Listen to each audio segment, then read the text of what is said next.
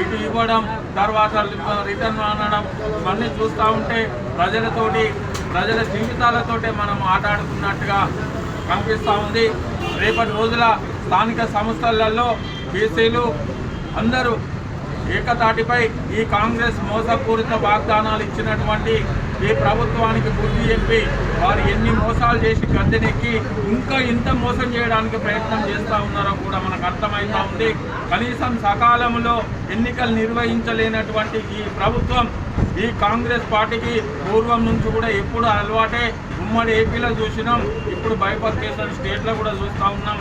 వారి ప్రభుత్వం అధికారంలోకి వచ్చిందంటే స్థానిక సంస్థలను ఎప్పుడు కూడా నిర్వీర్యం చేస్తూనే ఉంటుంది.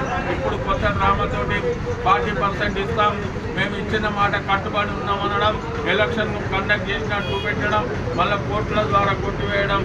ఇంకా మీకు చిత్తశుద్ధి కనుకుంటే ఇచ్చిన 42% అమలు చేసి ఎన్నికలలో ఏందనేది నిరూపించుకోవాలని మేము ఈ బీఆర్ఎస్ పార్టీ పక్షాన డిమాండ్ చేస్తూ చూస్తా ఉన్నాం. జై తెలంగాణ, జై తెలంగాణ. కేసీఆర్ గారి నాయకత్వం, కేటీఆర్ గారి నాయకత్వం, పుట్టమదన్న గారి నాయకత్వం. జై తెలంగాణ. బీసీల ఐక్యత, బీసీల ఐక్యత. జై తెలంగాణ.